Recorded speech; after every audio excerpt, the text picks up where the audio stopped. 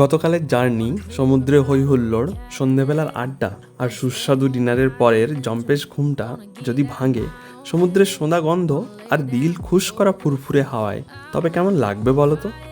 দুর্দান্ত না?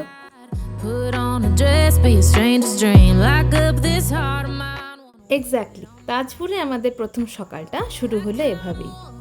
একটা জিনিস তোমাদের দেখাই, দাঁড়াও।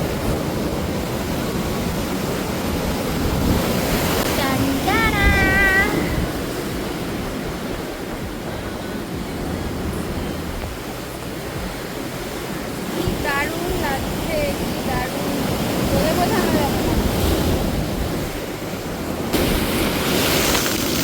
চান করে দিয়ে চলে গেল। ভাগ্যিস এসেছিলাম বাইরে, নইলে এই দুরন্তপনা কি আর জানলা থেকে উপভোগ করা যেত? কেমন লাগছে? দারুণ দারুণ। এখানটাতে আবার ছাওয়া পড়ে গেছে। ওই যে দূরে একটা নৌকো দেখা যাচ্ছে, ওই যে। এই মুহূর্তে আমার একটা গান মনে আসলো।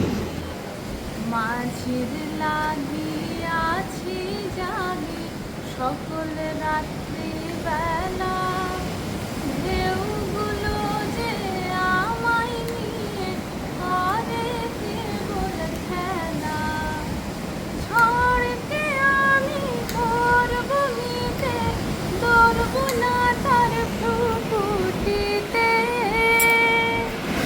ঝড়কে আমি করব মিটে, ধরব না তার ফুকুটিতে। দাও ছেড়ে দাও ওগো, আমি তুফান পেলে বাঁচি, আমি ডুবতে রাজি আছি তোমার খোলা হাওয়া লাগিয়ে পালে, তোমার খোলা হাওয়া।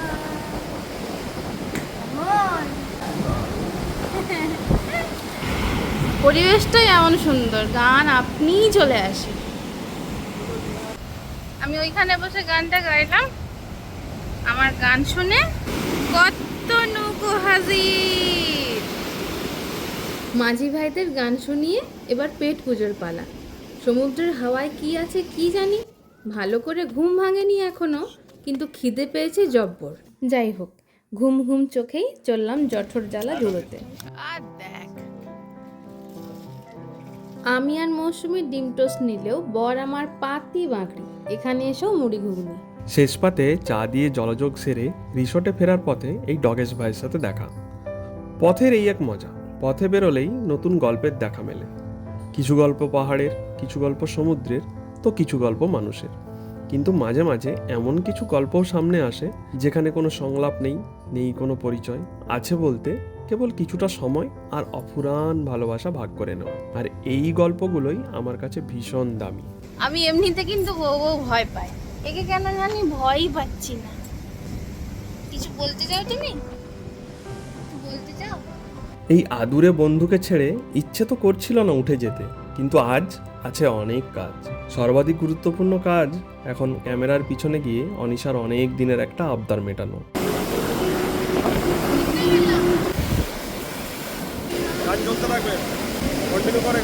ডান দিকে ঘুরে হাঁট। সমুদ্রের হাওয়া, ঢেউয়ের শব্দ আর অনিশার কণ্ঠ, এই তিন মূর্তিকে একসাথে একই ফ্রেমে বন্দি করার চেষ্টা চলেছিল সেদিন। কতটা সফল হয়েছি আমরা সেটা জানার জন্য ডেসক্রিপশনে দেওয়া ভিডিও লিঙ্কে ক্লিক করে দেখতে হবে আমাদের খুব প্রিয়, মনের খুব কাছের একটা গান। অনেকগুলো ছোট ছোট চেষ্টা, কিছু ব্যর্থতার পর ভিডিও শ্যুট শেষ করে ক্যামেরার হিসেব নিকেশ ভুলে নেমে পড়লাম সমুদ্রে, কিছুটা মুহূর্ত নিজেদের জন্য নিজেদের মতো করে বেঁচে নেব বলে।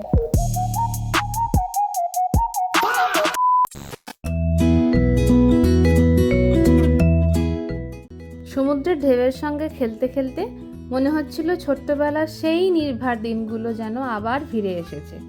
আর এই অনুভূতির জন্য সমুদ্রকে আমার এত ভালো লাগে।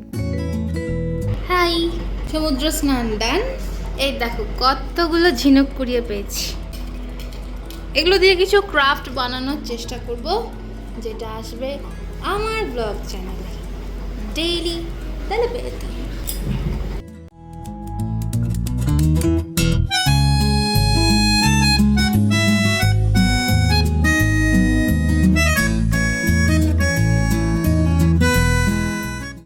সমুদ্রের জলে কিছু নিদারুণ মুহূর্ত কাটানোর পর এবার আমরা রওনা দিলাম নতুন এক গন্তব্যের উদ্দেশ্যে। তাজপুর থেকে দীঘা এই ছোট্ট বাইক জার্নিটাও যেন আলাদা একটা অভিজ্ঞতা। একদিকে সমুদ্রের হাওয়া আর অন্যদিকে প্রায় প্রতি মুহূর্তে বদলে যেতে থাকা রাস্তার দুপাশের ক্যানভাস, কখনো নদীর বিস্তৃত চর, তো আবার কখনো মাছের ভেড়ি। পথই বলে দিচ্ছে গন্তব্যের পরিচয়। যাই হোক, কোথাও ঘুরতে বেরোলে আমরা কিন্তু একটা নিয়ম বেশ নিষ্ঠা সহকারে মেনে চলি। আগে পেট পুজো, তারপর পথ চলা। তাই মাঝপথে একটু থেমে লাঞ্চটা সেরে ফেললুম। লাঞ্চে আমি নিয়েছিলাম পমফ্রেট থালি আর বাকি সব এগ থালি। খাওয়া শেষ করে এসে পৌঁছালাম আমাদের আজকের গন্তব্য দীঘা জগন্নাথ মন্দির।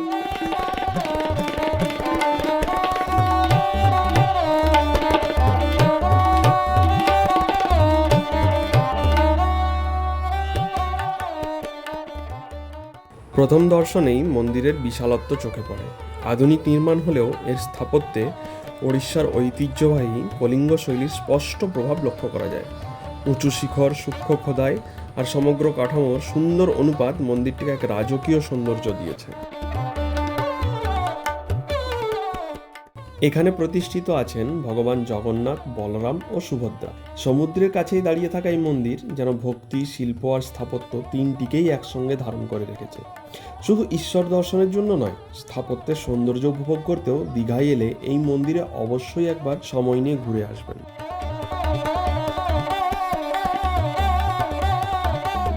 এখানে এসে বুঝতে পারলাম আর মাত্র একদিন পরেই কৃষ্ণ জন্মাষ্টমী। তাই চারিদিকে এখন উৎসবের প্রস্তুতি পুরোদমে চলছে। মন্দিরের প্রতিটা কোণা যেন নতুন করে সাজিয়ে তোলা হচ্ছে। ভক্তদের ব্যস্ততা, সেবায়তদের প্রস্তুতি আর উৎসবের এই আগাম আবহ সব মিলিয়ে মন্দিরটা যেন আরও প্রাণবন্ত হয়ে উঠেছে। মনে হচ্ছে আমরা শুধু একটা মন্দির দেখতে আসিনি, একটা উৎসবের আগমনের সাক্ষী হয়েও রইলাম। জয় জগন্নাথ। জগন্নাথ মন্দিরের শান্ত পরিবেশে বেশ কিছুটা সময় কাটানোর পর আবার ফিরে এলাম সমুদ্রের কাছে। একদিকে আধ্যাত্মিকতার ছোঁয়া, অন্যদিকে প্রকৃতির অফুরন্ত সৌন্দর্য, দুইয়ে মিলে দীঘা এখন বাঙালির এক অনবদ্য ট্রাভেল ডেস্টিনেশন।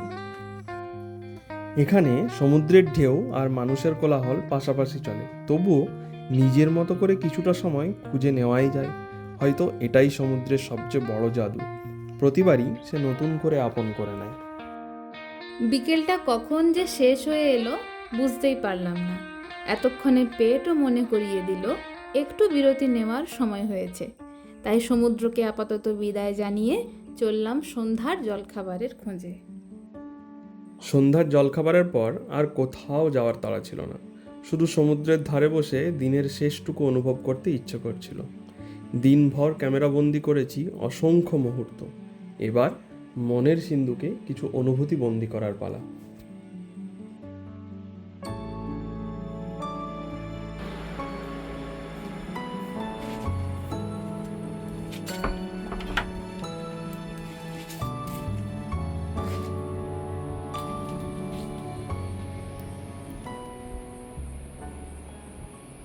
Good morning. সকাল সকাল উঠে পড়েছি, ফ্রেশ হয়ে গেছি। अरे कहना क्या चाहते हो? 1 hour later. Good morning. সকাল সকাল উঠে পড়েছি, ফ্রেশ হয়ে গেছি। বিপ্লব এখনো ওঠেনি। আমি একা যাই, একটু হাওয়াটা খেয়ে আসি। আজ তো বাড়ি ফেরার পালা, আবার কখনো আসা হবে সমুদ্রে। চলো যাওয়া যাক। দেখতে দেখতেই তাজপুরে আমাদের শেষ সকালটা এসে গেল। মনে হচ্ছে সবে তো এসেছিলাম, এরই মধ্যে ফেরার সময়ও হয়ে গেল। এইবারের মতো লাস্ট টাইম মন খারাপের সময় আমার প্রত্যেকবারের জন্য, কিন্তু তবুও কিছু করার নেই। আবার একটা ছুটির অপেক্ষা, পরের ছুটিতে আবার আসবো, আবার দেখা হবে। তব তক কে লিয়ে বাই।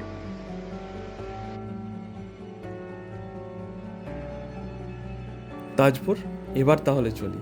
সঙ্গে করে নিয়ে যাচ্ছি তোমার নোনা হাওয়া, তোমার শান্ত সকাল আর অনেক অমূল্য স্মৃতি।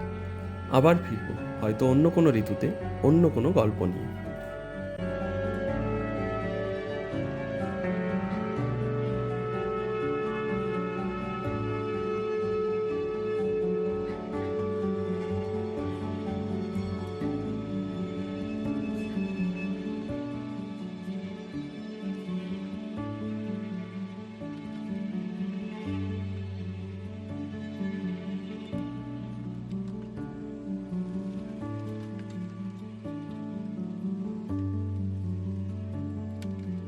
এই ছিল আমাদের রুম। আমরা এমন একটা পরিস্থিতিতে এসে পৌঁছেছি, তোমাদের জন্য রুম টুর দিতে পারিনি আলাদা করে। এই দুদিনের জন্য এটা ছিল আমাদের ছোট্ট ঠিকানা। এখানেই দিনের পরিকল্পনা হয়েছে, ক্লান্তি কেটেছে, আবার নতুন দিনের জন্য শক্তিও সঞ্চয় হয়েছে। তাজপুরকে বিদায় জানানোর সময় হয়ে গেছে। ব্যাগ গুছিয়ে এবার ফিরতে হবে আবার নিজেদের ব্যস্ত জীবনে। সঙ্গে করে নিয়ে চললাম সমুদ্রের শান্তি, কিছু নতুন গল্প আর অসংখ্য অসামান্য সুন্দর স্মৃতি।